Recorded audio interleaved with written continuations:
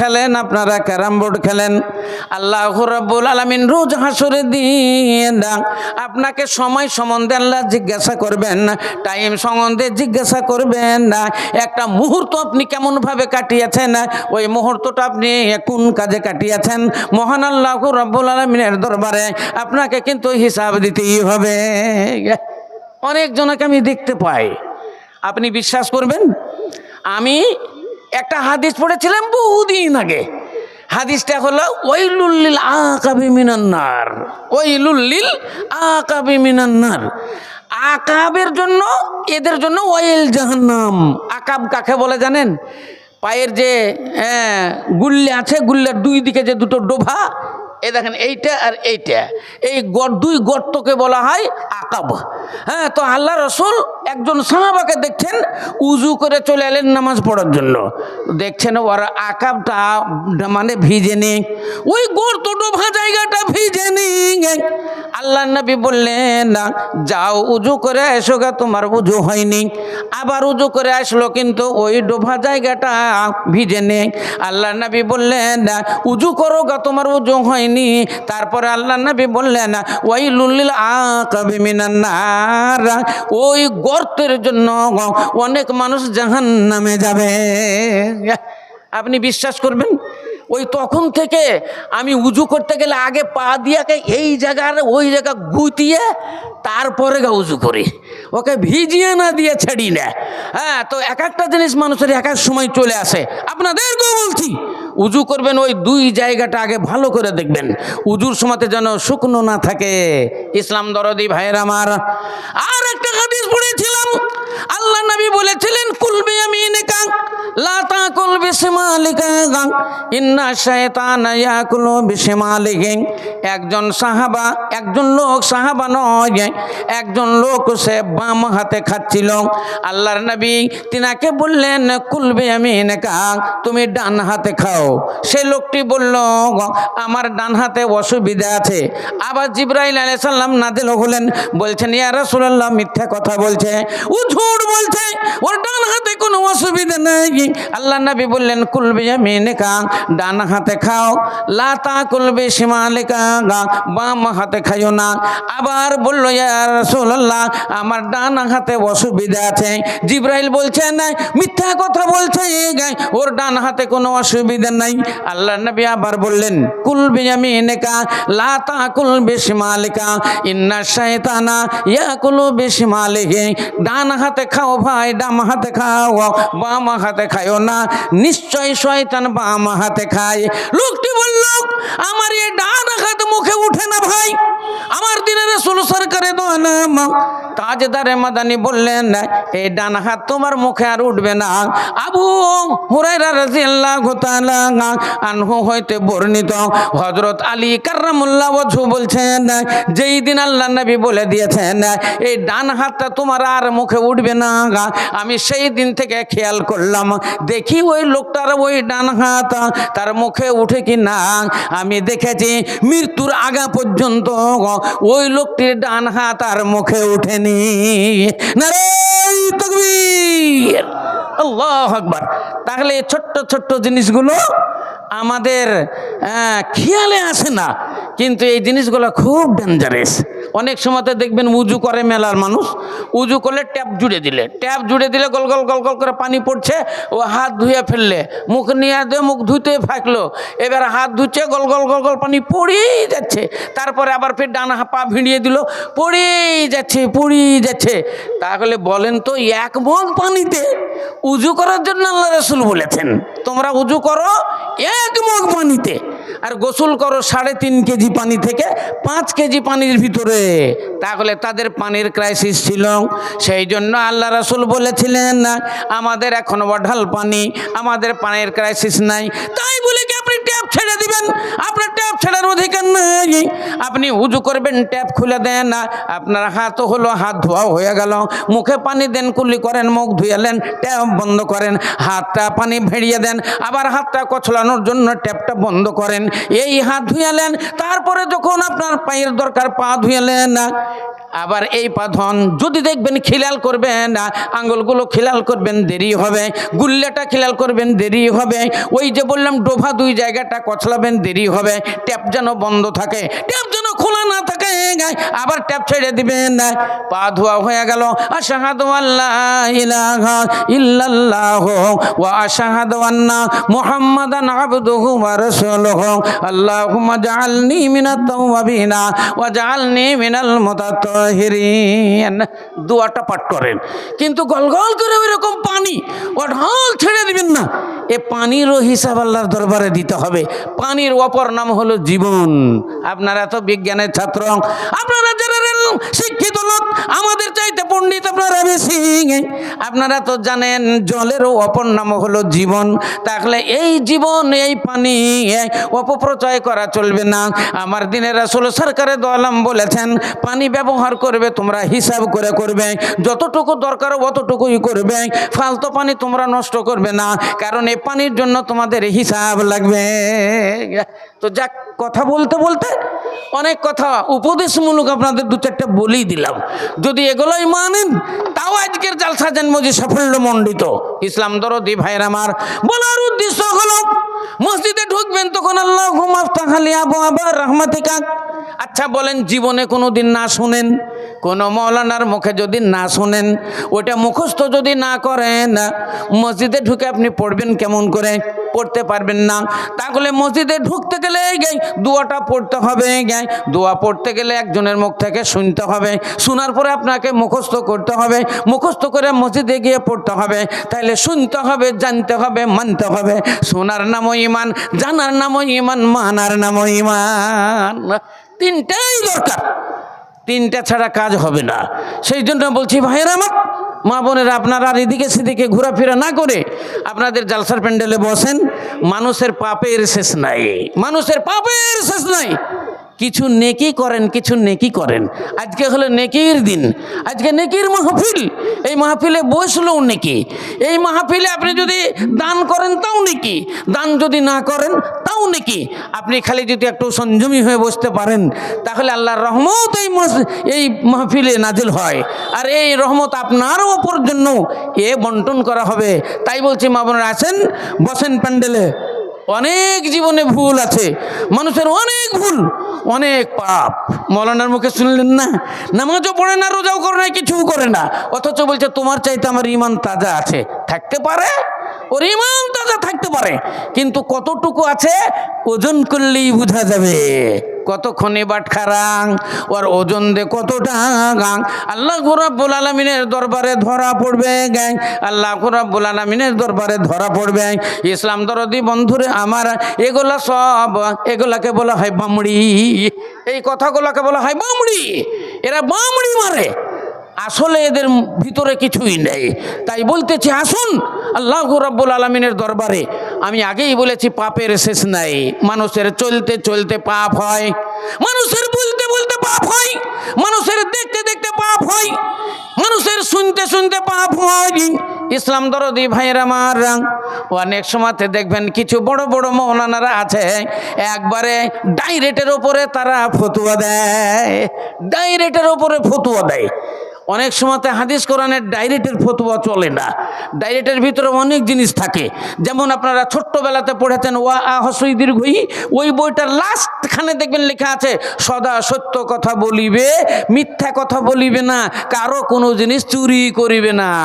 তাহলে আপনি প্রথম জীবনে ওয়া থেকে পড়তে পড়তে IABA পাস করবেন, আপনি চাকরি করবেন, বড় ডাক্তার হবেন, বড় ম্যাজিস্ট্রেট হবেন, উকিল হবেন, হাকিম হবেন, কিন্তু বলেন তো আপনি এত পড়ে আপনি কি করবেন? আর এত পড়ার সারমর্মটা কি? ওই যতইটাই পড়ুন না কেন, এর সারমর্মই হলো সদা সত্য কথা বলিবে, মিথ্যা কথা বলিবে না, কারো কোনো জিনিস চুরি করিবে না। এই তিনটা কথা সারা জীবন আপনি ভালো করে বুঝে দেখেন, সারা জীবন পড়বেন ওই তিনটেই কথা, ওই তিনটেরই বিশ্লেষণ। আপনাকে যদি বলা হয় একটা গরুর রচনা করো 1 মিনিট, তো আপনি কি বলবেন? আমাদের গরু মা, গরু আমাদের দুধ দেয়, আমরা দুধ খাই, গরুর 2টো শিং, গরুর 4টে পা, 1টা লেজ, আসসালামু আলাইকুম, হয়ে গেল। যদি বলা হয় 5 মিনিট করো, তাহলে কি করবেন? যদি বলে গরু রচনা 5 মিনিট বলো, তখন আপনাকে বলতে হবে গরু আমাদের মা, গরু দুধ দেয়, এই দুধ আমরা খাই, আমাদের ছেলে পিলে খায়, আমাদের ছোট ছোট বাচ্চারা খায়, ওতে থেকে আমরা ঘি করি, ওতে থেকে আমরা ক্ষীর রান্ধি, ওর 2টে শিং আছে, কেউ আইলে পরে মারে গুঁতো, ওটা ফুটিয়ে পেট ফুটিয়ে দেয়, 4টে পা আছে, পেছনে গেলে মারে চাট। আপনাকে 5 মিনিট তো বুঝাইতে হবে, তো এটাকে বলে বিশ্লেষণ। তো এই হলো গরুর রচনা। তো ওই রকমই আমাদের ওয়াজের রচনা বলতে গেলে এখন মেলা টাইম লাগবে, টাইম কিন্তু খুব সংকীর্ণ। ইসলাম দরদি ভাইয়ের আমার, তাহলে আপনাকে বলেছি ডাইরেক্টের ওপরে ফতোয়া নাই, সদা সত্য কথা বলিবে, মিথ্যা কথা বলিবে না, কারো কোনো জিনিস চুরি করিবে না। আরো বলেছেন আল্লাহকে হাজার হাজার শুকুর, ওহি अल्लाह जिसने हमको दो आँख दिए हैं देखने के लिए, अल्लाह जुबान दिए हैं बोलने के लिए, कान दिए हैं सुनने के लिए, हाथ दिए हैं ये काम करने के लिए, पाँव दिए हैं चलने के लिए। এ তো হলো ডাইরেক্ট। আচ্ছা, এর উপরে ফতোয়া হয়? আপনাদের বড় মৌলানা তো বসে আছে আমার সামনে, বলেন ও বলতে পারবে যে হ্যাঁ এর উপরে ফতোয়া? আল্লাহ দিয়েছে 2টো চোখ দেখনে কে লিয়ে, দেখার জন্য 2টো চোখ দিয়েছে, তাহলে আপনি দেখেন। হ্যাঁ, জবান দিয়েছে বলনে কে লিয়ে, তাহলে বলেন। হাত দিয়েছে ধরার জন্য ধরেন, কিন্তু না, এর উপরে ফতোয়া নয়। আল্লাহ রাব্বুল আলামিন বলেছেন আমি তোমাদেরকে 2টো চোখ দিয়েছি দেখার জন্য, কিন্তু সব জিনিস দেখতে পাবে না, কিছু জিনিস দেখার জন্য আমি নিষেধ করেছি, ওই জায়গাতে নজর দিতে পাবে না। একটা মেয়ে পটল বিক্রি করছে, নিচের কাপড় সরে গেছে, তাহলে আপনি পটল কিনতে যাবেন, যতক্ষণ কাপড় সরা থাকবে ততক্ষণ দাঁড়িয়ে দেখবেন? আপনাকে দেখতে নিষেধ করা হয়েছে, ওটা হাত দিতে দেখতে পাবেন না, ওটা নিষেধ। ওই জায়গাখানে আপনাকে চোখটা অন্যদিকে নিয়ে যেতে হবে বা সরে চলে যেতে হবে, না হয় বলতে হবে দিদি কাপড় ঠিক কি দিয়ে, কাপড়টা ঠিক করেন, এরকম বলতে হবে আনসাটি দূরে থেকে, যেন ও সাবধান হয়ে যায়।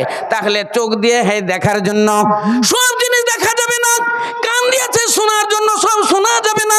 মহান আল্লাহ রাব্বুল আলামিন বলেছেন খবরদার খবরদার তোমরা পরচর্চা শোনো না, পরনিন্দা শোনো না, গিবত শোনো না, পেছনে পিছনে যদি কথা বলে কান দিও না, গান শোনো না, তাহলে সব জিনিস শোনা যাবে না। জবান দিয়েছে বলনে কে লিয়ে, সব জিনিস বলা যাবে না। হাত দিয়েছে কাম করার জন্য, সব জায়গাতে হাত দেওয়া যাবে না। যেই জায়গাতে মহান আল্লাহ রাব্বুল আলামিন হুকুম দিয়েছেন ওই জায়গায় হাত দেওয়া হবে, যেখানে নিষেধ করেছেন ওখানে হাত দেওয়া যাবে না।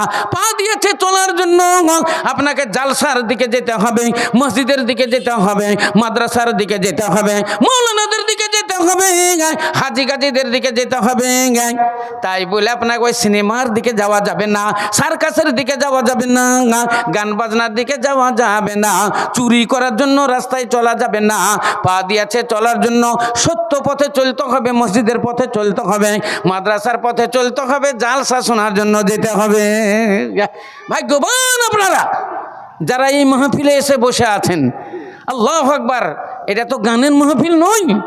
আল্লাহু আকবার, এটা যদি পঞ্চরস গান হতো তাহলে দেখতে নেই প্যান্ডেলের জায়গাই হতো না। কিন্তু শয়তান আসতে দিবে না। শয়তানের কাজ কি জানেন? এ সব সময়তে পাপের কাজে নিয়ে যাবে। আল্লাহর সঙ্গে এর অঙ্গীকার আছে, আল্লাহ আমি তোমার বান্দাদেরকে বিভ্রান্ত করবই করব, আমি একাই জাহান্নামে যাব না, এদেরকে জাহান্নামে নিয়েই যাব।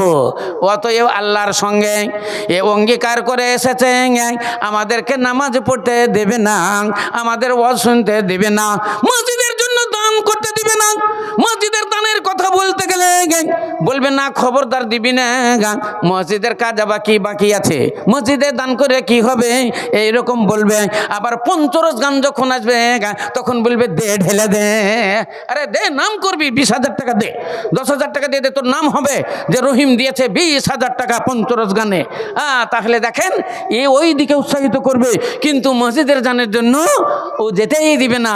সেই জন্য বলি বন্ধু, তাহলে চলতে চলতে মানুষের পাপ হয়, চলতে চলতে বেচলন চললে পাপ হয়, বলতে বলতে বেঈমানি কথা বললে পাপ হয়, চোখে দেখতে দেখতে যদি চোখ বেঈমানি করে তাহলে চোখের পাপ হয়, কানে শুনতে গিয়ে অন্য কথা শুনতে গেলে গুনাহ হয়। তাহলে আপনারা জানেন কানের গুনাহ হয়, চোখের গুনাহ হয়, মুখের গুনাহ হয়, হাতের গুনাহ হয়, পায়ের গুনাহ হয়। এমনকি হাদিসে লেখা আছে চোখের ব্যভিচার হয়, মুখের ব্যভিচার হয়, কানের ব্যভিচার হয়, হাতের ব্যভিচার হয়, পায়ের ব্যভিচার হয়। পায়ের ব্যভিচার হলো অন্য পথে চলা, হারাম পথে চলা, আর মুখের ব্যভিচার হলো হারাম কথা মুখে উচ্চারণ করা, আর চোখের ব্যভিচার হলো চোখের বেঈমানি করা। তাহলে এগুলো আমাদের হতেই আছে। আপনাদের আগেই বলেছি মানুষের পাপের শেষ নাই। কুছ নেকি কিজিয়ে, কুছ নেকি কিজিয়ে, কিছু নেকি করেন ভাই। আল্লাহ রসুল একদিন মসজিদে নববীর বারান্দায় বসে আছেন, হঠাৎ করে কয়েকজন লোক আল্লাহ রসুলকে ঘিরে বসে আছেন। হঠাৎ একটা লোক চলে এলো, এসে বলছেন, ইয়া রাসূলুল্লাহ, আমি জীবনে এত পাপ করেছি, আমার জীবনে এত পাপ, আমার পাপের শেষ নাই। দুনিয়াতে যত রকমের পাপ আমি সব পাপ করেছি, আপনার দরবারে এসেছি ইয়া রাসূলুল্লাহ, বলুন আমাকে কি করতে হবে, আমার জীবনের গুনাহ খাতা মাপ হবে কিনা। আমার কোনো পাপ বাকি নাই, দুনিয়াতে যত পাপ আছে আমি সব করেছি, আমার গুনাহ মাফ হবে কিনা। নবী আমার একটু ধ্যান করলেন, উত্তর দিচ্ছেন না। হাত্তা না জানা জিবরাইল, ইতিমধ্যে জিবরাইল আলাইহিস সালাম নাযিল হলেন কোরআন শরীফের একটা আয়াত নিয়ে, ইন্নাল হাসানাতা ইযহিবনা সাইয়্যা। নবী গো তুমি বলে দাও, তুমি বলে দাও, যে ব্যক্তি জীবনে খুব পাপ করেছে, খুব পাপ করেছে, জীবনে যত পাপ করেছে তার চাইতে বেশি যেন নেকি সঞ্চয় করে। জোরে সোরে বলেন একবার সুবহানাল্লাহ। ও গো আল্লাহ মেহেরবান, আমি গাহি যে তোমার গান। ও গো আল্লাহ মেহেরবান, আমি গাহি যে তোমার গান। তুমি আমায় রিজিক দিয়ে বাঁচায়াছো প্রাণ, আল্লাহ মেহেরবান, আমি গাহি যে তোমার গান। রূপে ভরা দুনিয়াটা দেখতে কত ভালো, দেখবো যে তাই চোখে তুমি দিলে নয়ন আলো। কত দেখি আলো বিহীন একি তোমার শান, আল্লাহ মেহেরবান, আমি গাহি যে তোমার গান। ও গো আল্লাহ মেহেরবান, আমি গাহি যে তোমার গান।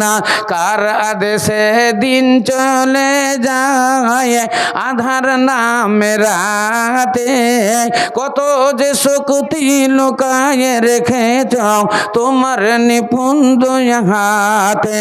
এ মহাবিশ্বের চালক তুমি, মহাবিশ্বের চালক তুমি, উড়ুক তোমার জয়নে শান, আল্লাহ মেহেরবান, আমি গাহি যে তোমার গান।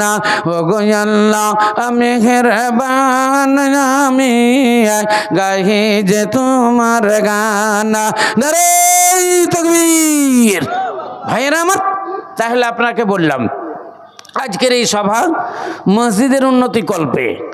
জুম্মার দিনে আপনি যতই নেকির কাজ করেন অত নেকি কিছুতেই হবে না, যত নেকি হবে জুম্মার নামাজ পড়লে। জুম্মার দিনে জুম্মার নামাজ পড়লে যত নেকি হবে অত নেকি কিছুতেই হবে না। কুরবানির দিনে আপনি যতই নেকি নেকির কাজ করেন না কেন অত নেকি কিছুতেই হবে না। যত নেকি হবে কোরবানি করলে। ঈদের দিনে আপনি যতই নেকি করেন না কেন অত নেকি কিছুতেই হবে না যত নেকি হবে ঈদের নামাজ পড়লে। পবিত্র রমজান মাহিনায় আপনি যতই নেকির কাজ করেন না কেন অত নেকি কিছুতেই হবে না। একমাত্র যত নেকি হবে পবিত্র রমজান মাহিনার সিয়াম পালন করলে। অতএব আজকে এই জুম্মার দিনে আজকের এই জুম্মার মসজিদের জন্য মসজিদের উন্নতি কল্পে জালসা সবচাইতে নেকির কাজ হলো আজকে দান করা। বলেন একটা দান।